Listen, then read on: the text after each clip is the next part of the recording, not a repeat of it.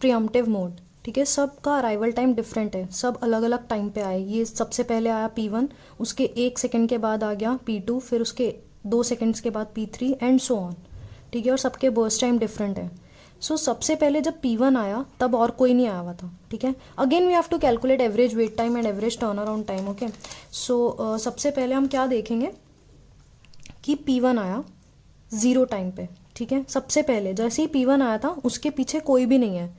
जब वो अकेला ही है तो बर्स्ट टाइम हम किससे कंपेयर करेंगे? किसी से भी नहीं करेंगे, obviously P1 will get the CPU, ठीक है। P1 आया, ये रहा P1, 0 पे आया और it will get the CPU।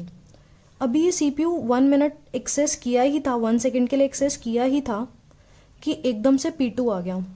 Since it is in pre-emptive mode तो P1 को भाई CPU लीव करना ही पड़ेगा। सो P1 will get the CPU just for 1 minute, 1 seconds के लिए उसको CPU मिला। After that it will leave the CPU and P2 will get the CPU। तो इसने अभी कितना इसका रिमेनिंग है? 6, 7 के बाद उसको 6 अभी और करना है। 1 ही मिनट किया ना, तो अब उसका बर्स्ट टाइम कितना रह गया? 6, सिंस 1 वो कर चुका है। P2 will get the CPU, ठीक है। आ गया P2। अभी P2 1 सेकेंड के लिए किया ही था, 0 के बाद 1 के बाद 2 हो गया ना काउंटर। अभी एक और, अभी P2 ने 1 सेकेंड के लिए किया ही था कि 2 सेकेंड पे P3 आ गया जिसका बर्स्ट टाइम कम है। जैसे 7 था, इसका 5 था, तो 5 को पहले मिल गया। सिमिलरली P3 का बर्स्ट टाइम कम है तो P2 को CPU छोड़ना ही पड़ेगा। सो अगेन P2 ने भी सिर्फ 1 सेकेंड के लिए ही किया, क्योंकि सेकेंड पे ही P3 आ गया जिसका बर्स्ट टाइम P2 से कम है, तो P3 को अब CPU मिल गया। तो अगेन इसने भी सिर्फ 1 सेकेंड के लिए ही एक्सेस किया था CPU को, तो इसका रिमेनिंग कितना बच गया? 4, ठीक है। नाउ अगेन P3 आ गया। अब P3 ने भी 1 सेकेंड के लिए ही CPU एक्सेस किया था कि P4 आ गया। P4 का बर्स्ट टाइम 1 है और P3 का 3 है, तो ऑब्वियसली P3 को CPU छोड़ना पड़ेगा और P4 को CPU मिल गया। तो यहाँ पे क्या आ गया? 3, और 3th सेकेंड पे ही P4 आ गया था जिसका बर्स्ट टाइम P3 से कम है, 1 है। तो इसने भी सिर्फ 1 ही सेकेंड के लिए किया, दैट इज जस्ट फॉर, अब इसका भी रिमेनिंग टाइम कितना बच गया? 2, ठीक है। P4 को CPU मिल गया, P4 आया, और P4 को कितनी देर के लिए चाहिए था CPU? जस्ट 1 सेकेंड के लिए। तो P4 तो अपना काम करके वैसे ही चला गया, तो P4 चला गया, ठीक है। तो P4 यहाँ से गया। नाउ 4th सेकेंड पे P5 आ गया, ठीक है। 4th सेकेंड पे कौन आया? P5। तो P5 का बर्स्ट टाइम कितना है? 2, और P3 का बर्स्ट टाइम कितना है? 2। पहले कौन आया था? P3 आया था। जब ऐसे टाई हो जाता है ना, इसका भी बर्स्ट टाइम 2 है, इसका भी बर्स्ट टाइम 2 है, जब ऐसे टाई हो जाता है तो जो पहले आया होता है उसको प्रेफरेंस मिलती है, FCFS लग जाता है जब टाई हो जाता है। तो पहले कौन आया था? P3 आया था, देन P3 को ही CPU मिलेगा, ठीक है। ये आ गया P3, ठीक है। P5 आने वाला था, लेकिन P5 का बर्स्ट टाइम भी 2 है और P3 का भी 2 है, तो टाई हो गया। तो टाई के केस में हम फिर प्रेफरेंस किसको देते हैं? जो पहले आया था। पहले कौन आया था? अराइवल टाइम उसका 2 है, इसका 4 है, तो पहले P3 आया था, तो P3 को ही CPU मिलेगा, ठीक है। P3 ने अभी 1 सेकेंड के लिए CPU एक्सेस किया ही था कि 5th सेकेंड पे P6 आ गया, ठीक है। तो इसका कितना हो गया? 1, ठीक है। 5th सेकेंड पे P6 आया जिसका बर्स्ट टाइम अगेन 1 है, ठीक है। वो क्यों नहीं छोड़ेगा? क्योंकि बर्स्ट टाइम P3 का भी 1 है अब, और P6 का भी 1 है। अगेन टाई हो गया, तो किसको? P3 को मिलेगा वापस से, ठीक है। टाई होने के बाद हम अराइवल टाइम देखते हैं, तो अगेन P3 को ही मिलेगा, तो P3 वापस लिखेंगे। यहाँ पे काउंटर हो गया 6। अब P3 का तो पूरा एग्जीक्यूशन ही कंप्लीट हो गया, P3 घर चला गया वापस, ठीक है। अब किसकी टर्न आएगी? P6 की, क्योंकि कंपैरिजन किस में होगा? P5, P6 और P1 और P2 में, इन चारों में होगा कंपैरिजन। किसका बर्स्ट टाइम सबसे कम है? P6 का। तो हम यहाँ पे लिखेंगे P6 और काउंटर हो गया 7। अब P6 भी चला गया वापस, ठीक है। अब किसकी टर्न आएगी? 6, 4 और 2 में P5 को प्रेफरेंस मिलेगी, बर्स्ट टाइम P5 का सबसे कम है, तो यहाँ पे आ गया P5 और उसको सिर्फ 2 सेकेंड्स के लिए चाहिए था, 7 + 2 9। यहाँ पे तो टाइमर चल रहा है नॉर्मली, ठीक है। P5 भी काम खत्म करके चला गया, अब टर्न आएगी P2 की, क्योंकि 6 और 4 में P2 का बर्स्ट टाइम सबसे कम है, तो 9 + 4 = 13, तो P2 की टर्न आई, तो 9 + 4 करेंगे हम 13। अब किसकी टर्न आएगी? P1 की, ठीक है। P1 ने कितनी देर के लिए एक्सेस किया? 6 के लिए, ये भी चला गया और बाकी सब, ठीक है।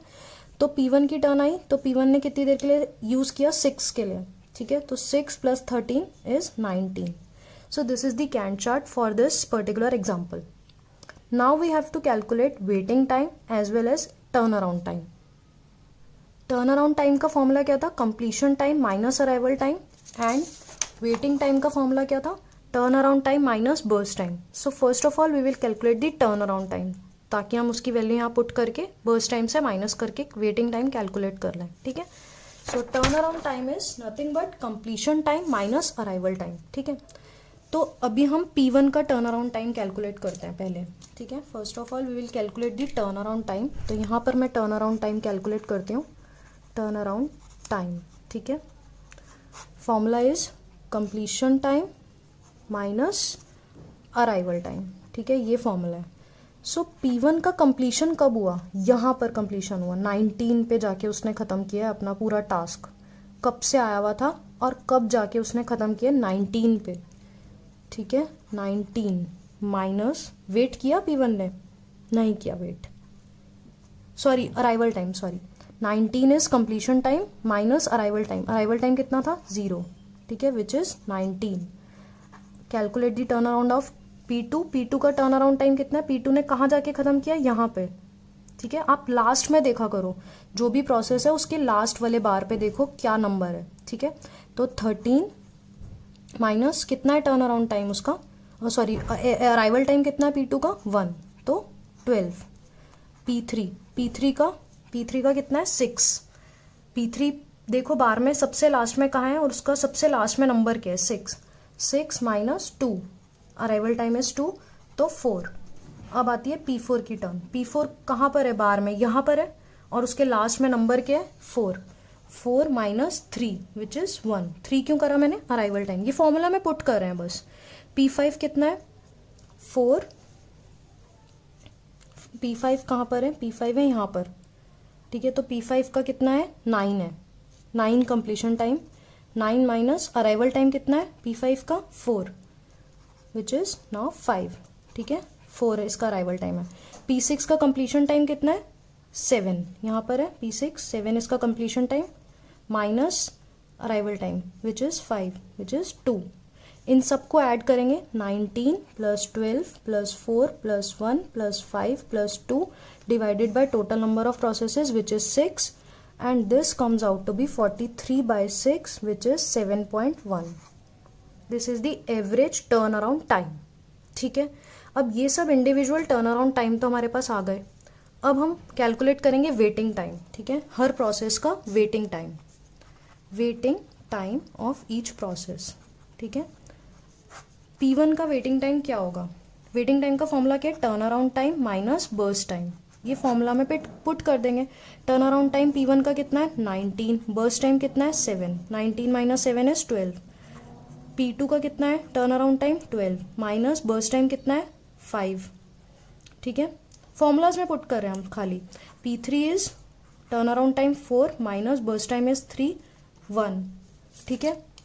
P4 का बर्स्ट टाइम कितना, टर्न अराउंड टाइम है 1 माइनस बर्स्ट टाइम कितना है? 1 विच इज 0। देन P5 का turn around time 5, burst time 2, 3। P6 का turn around time 2 minus burst time is 1, 1, ठीक है। अब इन सब को प्लस कर देंगे, 12 + 7 + 1 + 3 + 1 divided by 6 which is 24/6 which is 4। This is average waiting time and this is average turn around time. So इस तरह से हम सॉल्व करते हैं प्रीएम्प्टिव मोड को, ठीक है। आपको कैसे कैलकुलेट करना है? You have to first draw the Gantt chart and then you have to calculate the times. So I hope this is clear now. If you have any query, then you can ask me in the comment section. I will surely reply and get back to you. So thanks for watching my video.